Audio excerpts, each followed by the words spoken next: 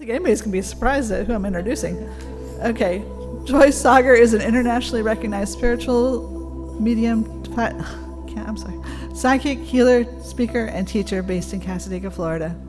Born in India, he began exploring his intuitive gifts at a young age. He later trained extensively with the Southern Cassadaga Spiritualist Camp Meeting Association, earning certification as a medium and healer in 2013.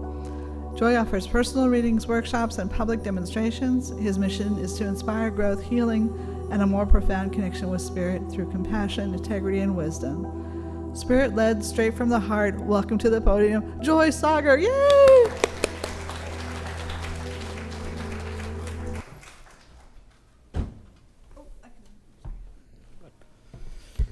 I like to feel a little elevated. No pun intended. Good morning, everybody. Good morning. How are we doing? Good. We had a wonderful hymn right before I got up here. It was all about joy, happiness, and love, etc.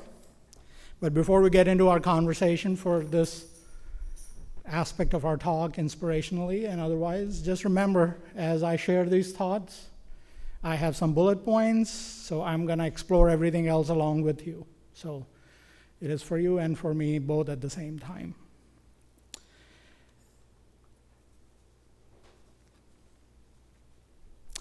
So my story goes like this.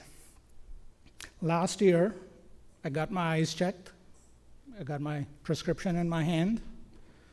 The place didn't have good options of glasses for me, so I searched around and I found a different shop to get my glasses made. The glasses took some time. I got them, and as I put them on, they just didn't feel right. So I went back to the shop. I said, would you adjust it? And they did. It worked for a few days. Maybe that change of point of observation of where I was looking through the lenses was fixed for a little while, and then it fell back to where it was. So I've been using those glasses for almost a year, a little bit over a year. And I'm just wanting to say to you, if you ever had that sort of experience where if you have supplemental means of looking at things and they are not right, properly fit, it's interesting, isn't it? Now, what I was finding in that story for me, just trying to figure out how it works because that's what's to be used.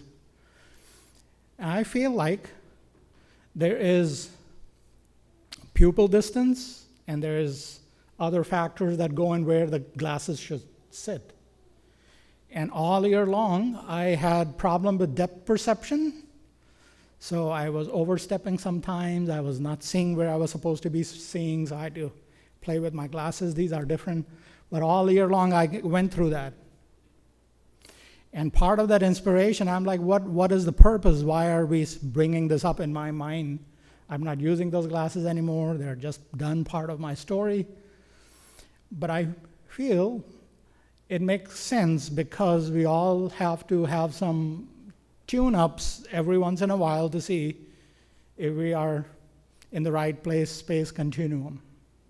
So we all get a little bit of our opportunity to understand what this is all about. Am my perspective is straight or is skewed or what's going on? And then you have the opportunity of stepping out on a limb with a trust and saying, oh, let me go get another glass to see how that works out. So these are working just fine. I didn't get to an eyeglass shop. I ordered them online and they came perfect right from that online store.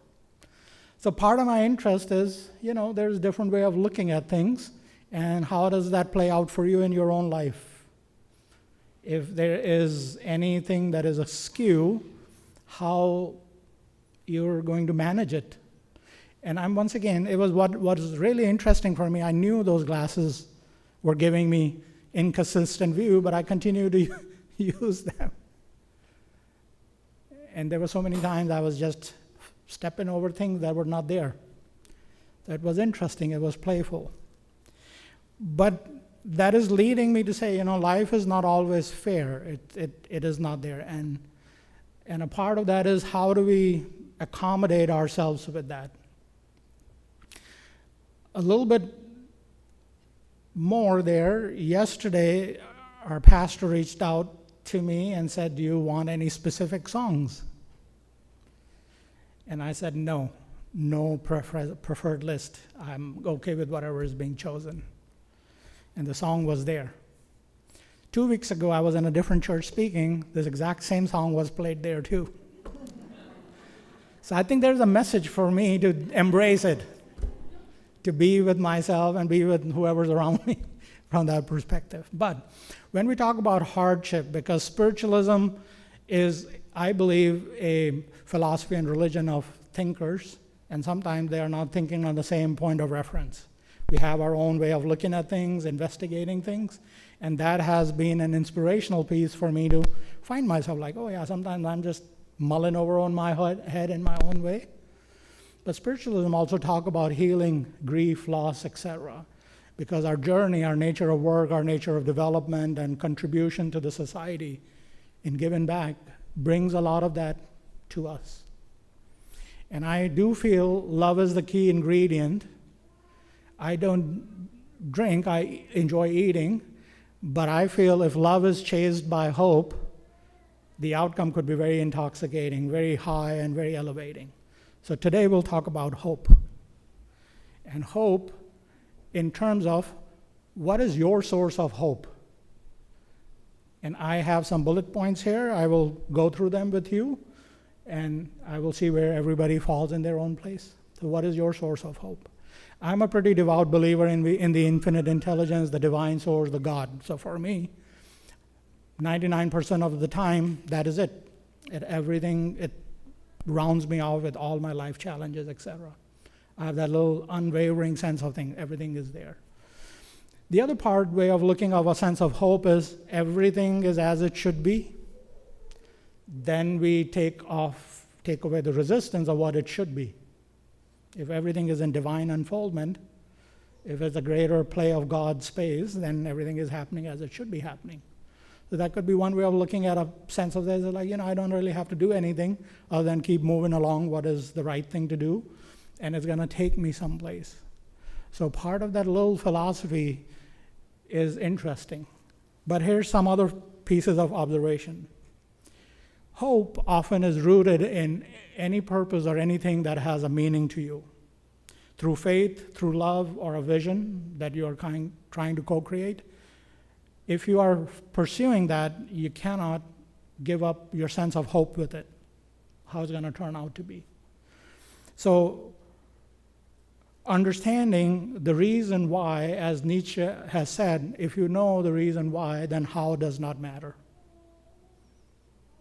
And that could be a wonderful, everlasting sense of hope. Keep moving in the direction that the co-creation is at best. In Bible, it is written in Isaiah 40:31, but those who hope in the Lord will renew their strength. They will soar on wings like eagle. It's a part of that little simple awareness in saying is hope can elevate and give us flight when we don't feel we're ready for it. But how do you feel about it from your perspective? Where is your rootedness and what makes sense to you? Explore that as best as possible. The other way of understanding hope or seeing hope is it flows from a belief that challenges are temporary and change is possible. A little while ago, in one of my presentations, we were talking about adapting and getting on with life. And my part of the response was everything is phasic. Everything is phasic. Nothing is of permanence. We age, our body changes, and when the body and the organs changes, everything else changes too. The blood doesn't flow the way it should be flowing in a normal order. Your lungs are not optimally used if that is what's going on. There's so many other challenges. So everything is phasic. Everything comes and goes. In Florida, we have heat index, which is hot and hotter. But it changes too. Then we have liquefied form of heat in Florida, which is on a break lately. So we're not having a humid heat. But I'm just giving a little simple perspective. Everything has a potential to change. the body, the person in me that went to bed, just like you, woke up on this side of the earth, has a whole different perspective for today. Yesterday is a little bit fading off. So understanding nothing will ever stay the same in life. Good things we want to keep it same because that is a enjoyable thing. But anything that is not of greater good, we are pursuing to change. But at the same time, even the happier things can be happiest. So you can always go into that space. Why not more of that? But it is always in a sense of polarity. So the Persian proverb supplements this thought of change is phasic. This too shall pass. And everything that might be a challenge comes to a head. The next source of hope for me is sustained by trust. Trusting everything's going to be okay. It may not be in my timing of understanding and grasping it, but everything will turn out fine. So having the trust in yourself, I'm deserving, I'm capable, I'm worthy of all good things in life. That if you chase it with a sense of hope, it will give you sustenance to stay with the program or the process just long enough to accomplish that. Dr. Martin Luther King says, faith is taking the first step even when you don't see the whole staircase. It's almost like taking that first step even you don't know how to fly is there. But to trust in the Spirit itself, if this is my pet peeve, something I share, why do you put the prayers forward if you know they're not going to work out? Stop praying in that context. Your job is to put it out there and just step out of it. Leaving it alone, I feel, has worked out in many ways. It's not in my will, in thy will. There. In Judaism, there's a lot about mercy that talks about even if you're going through something atrocious, you have to faith in asking for mercy for that space. And that is also putting the trust in the Spirit and the divine order to see how it works out. The next source of hope could look like it definitely draws strength from the past experience, especially of resilience and survival. So if you have storylines that were really horrendous and horrific that sits in your past of any kind, but you are here, you're not there. You have overcome most of those things. Some things will stay with you emotionally and spiritually because it's always a testing phase at all times. It never goes away. But a part of that is you're here today. You're in your own light and strength as you sit at this space for yourself. In Gita, it is written as, I'm not afraid of storm, for I'm learning how to sail my ship. Also, it says, no effort in this world is lost or wasted. Every act of courage brings one closer to the self. So your hard work behind yourself, persevering those difficult circumstances, staying in your own truth and courage has brought you where you are. Honor it, and honor it from a point. That is the hope I kept all along, and here I am exploring and experiencing what needs to be.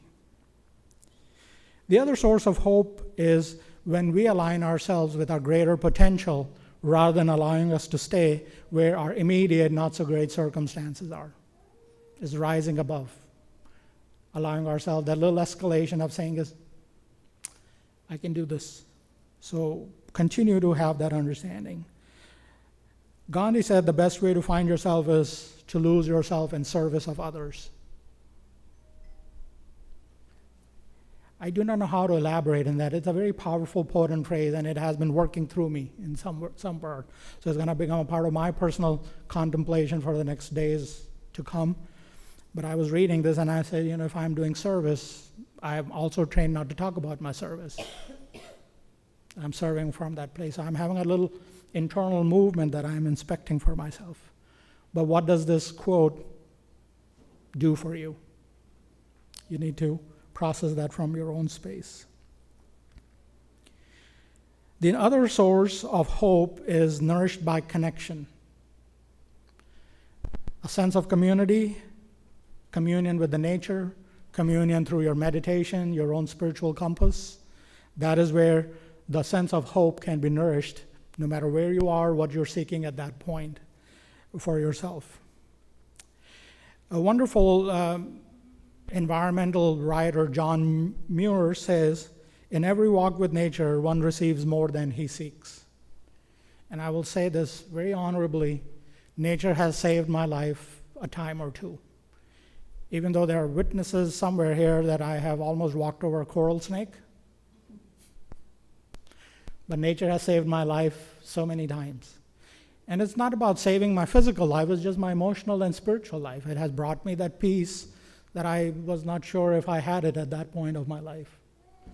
And my conjoining interest with the nature is to do landscape photography and do nature photography, but it takes me in the middle of the woods, and sometimes I'm not sure where my stepping is. The good news is I wasn't wearing those glasses this time. Other glasses are just fine. But I'm wanting to say, finding that source, the community, is a big thing. We, as in Cassadaga Spiritualist Camp on these grounds, we draw people here that come for their own seeking. Often we are here just because. We don't have a rhyme or reason, but we are often just sitting here. There's something about this place that has charged itself and continues to charge others that walk these grounds. So there's a communion. There's communion of another kind that I will bring up at this point. We are never alone. And that part is very spiritually and simply proven. Those that have crossed over always walk beside us. Sometimes we have no idea where they are, who they are, but I will assure you they are always there. And I bring up, my parents are both passed on to the other side. They did their communication when it was the time for communication. Right now I have no clue where they are. And I can speak like that because they always show up when I need them. Or when I'm not even sure I need them, they show up. So my mother has been visiting me for the last 2 days. Today she's not here. Yesterday evening she was not there. But part of that is they show up when we have the deeper need of it. So there's not an obligation that they have to be here, I cannot live my life without them, etc. But you have to understand, they have an intelligence. They have an intelligence beyond a human intelligence they had once. So they understand where the gravity is. So they bring that sense of spiritual community close to us if we are seeking that way. So know that when you are in a little space where you're not feeling your past loved ones, they may still be there. So if you have the desire to talk to them and commune with them and bring up their memories and story, build that spiritual community through that one reason of hope.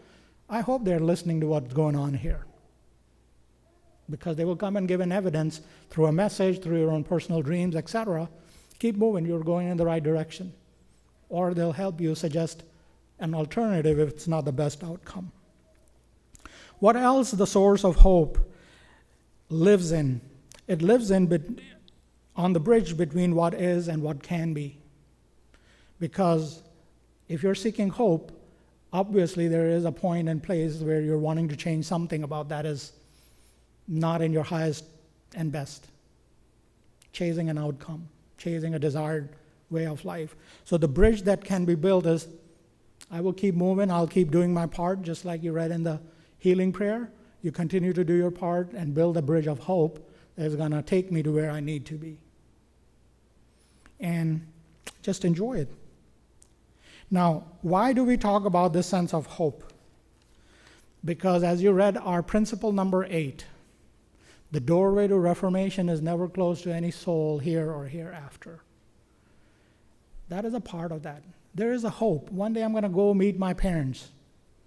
But as a true spiritualist, or some version of my version of true spiritualist, they are with me. I don't have to go anywhere to meet them.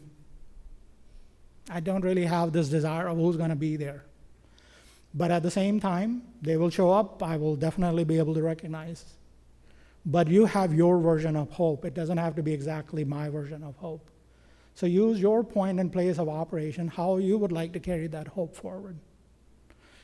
If you have instances where people have passed on without closures, there's a hope. There might be closure at some point in some form. So our understanding of spiritualism and spiritualist principles give us a lot of staging to have hope. And hope, if preceded or followed by love, can really create.